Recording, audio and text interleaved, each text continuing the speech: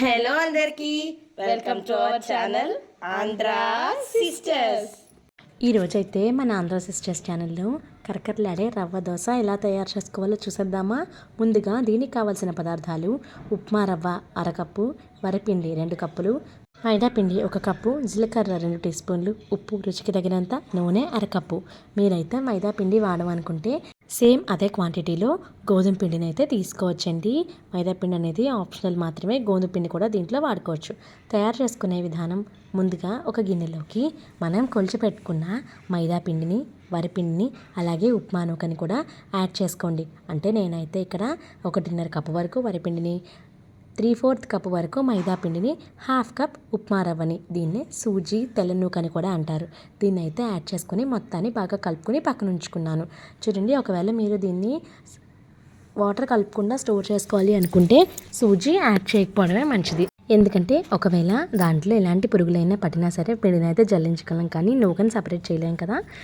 Next దీంట్లోకి కొంచెం జీలకర్రని add చేసుకుంటున్నాం. మైదా పిండిని వరిపిండిని కలుపుతున్నాం కాబట్టి మీరు గోధుమ పిండిని కలుపుకున్నా సరే మీకు నచ్చితే జీలకర్రని యాడ్ చేసుకోండి. ఇదైతే అరుగుదలకి చాలా హెల్ప్ అవుతుంది. ఇలా మాకు జీలకర్ర సపరేట్గా నచ్చదు అనుకుంటే పచ్చిమిరపకాయల్ని జీలకర్రని మీరు మిక్సీ చేసుకుని కూడా దీంట్లో యాడ్ చేసుకోవచ్చు. ఇప్పుడు అలాగే టేస్ట్కి సరిపడా సాల్ట్ని వేసుకుని మొత్తాన్ని ఒకసారి బాగా కలుపుకుని పిండి నిండా నీళ్లు పోసుకుని కలుపుకోవాలన్నమాట. పిండి నిండా నీళ్లు పోసుకునే అనేది చిన్న టిప్ అనమాట. పిండి నిండా నీళ్లు పోసుకుంటే త్వరగా లంప్స్ పట్టకుండా ఉంటాయి, అంటే పిండి త్వరగా ఉండలు కట్టకుండా ఉంటుందన్నమాట. ఇలా పిండి నిండా నీళ్ళు పోసుకుని కలుపుకుంటూ ఉంటే పిండి మొత్తం దోశ కన్సిస్టెన్సీలోకి వచ్చేస్తుంది. దోశ కన్సిస్టెన్సీ కంటే పలచగా ఉన్నా పర్వాలేదు, ఈ అట్లకి పిండి పలచగానే ఉండాలి. ఎందుకంటే అట్టుని మనం తిప్పము, దోశ పెనం మీద పోస్తామన్నమాట.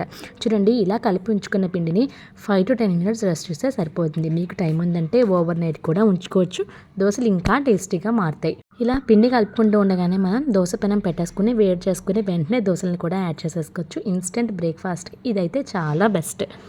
ఈ దోశల్లోకి మీరు కావాలంటే ఆనియన్ని కూడా యాడ్ చేసుకోవచ్చు. ఇలా కలుపుకున్న తర్వాత కూడా పచ్చిమిరపకాయ పేస్ట్ని యాడ్ చేసుకోవచ్చు. ఇలా దీంట్లోనే ఆనియన్స్ వేసుకొని దోశని వేసుకోవచ్చు, దోశ వేసుకొని పైన ఆనియన్స్ సీజన్ చేసుకోవచ్చు. ఇలా ఈ దోశని రకరకాలుగా వేసుకోవచ్చు అనమాట. సరే, అయితే ఈలోగా స్టవ్ మీద దోశ ప్యాన్ పెట్టేసి వేడెక్కనిద్దాము. చూడండి, దోశ ప్యాన్ అయితే అలా పొగలొస్తున్నప్పుడు ఆయిల్ని మొత్తం దానికి గ్రీజ్ చేసుకోవాలి. ఆయిల్ని మొత్తం అలా రాయడం వల్ల దోశ అయితే అంటుకోకుండా వస్తుంది. మీ దగ్గర ఇలా బ్రష్ లేకపోతే మీరు ఆనపకాయ ముచ్చుకుతో కానీ, అరటికాయ ముచ్చుకుతో కానీ, మరేదైనా అట్లకాడతో కానీ దీన్ని మీరు ఆయిల్ మొత్తాన్ని అప్లై చేసుకోవచ్చు. ఇలా అప్లై చేసి ఇంకా పొగలుస్తున్నప్పుడు కొన్ని నీళ్లు జల్లాలి. ఇలా నీళ్లు జల్లడం అనేది చిన్న టిప్ మాత్రమే. ఇలా నీళ్లు జల్లడం వల్ల పెనం మరీ వేడిగా ఉండదు, మరీ సెగ తగ్గిపోయి ఉండదన్నమాట. అప్పుడు దోశ బాగా వస్తుంది. చూడండి, అలా వేడెక్కి పొగలొస్తున్న పెనం మీద ఇప్పుడు దోశనైతే మనం పోసుకోవాలి. దోశ పొయ్యిగానే వీడియోలో చూపిస్తున్నట్టు కన్నాలుగా రావాలి, అప్పుడే కరెక్ట్గా వేడెక్కిందని అర్థం. మనం పెట్టిన దోశ పెనం అప్పుడే కరెక్ట్గా వేడెక్కిందని అర్థం. ఒకవేళ కన్నాలు రాకుండా పిండిలాగే ఉండిపోతే పెనం ఇంకా కాలేదని, వెంటనే మాడిపోయినట్టు అయిపోతే పెనం ఓవర్ హీట్ అయిపోయిందని మనం అబ్జర్వ్ చేసుకోవాలన్నమాట.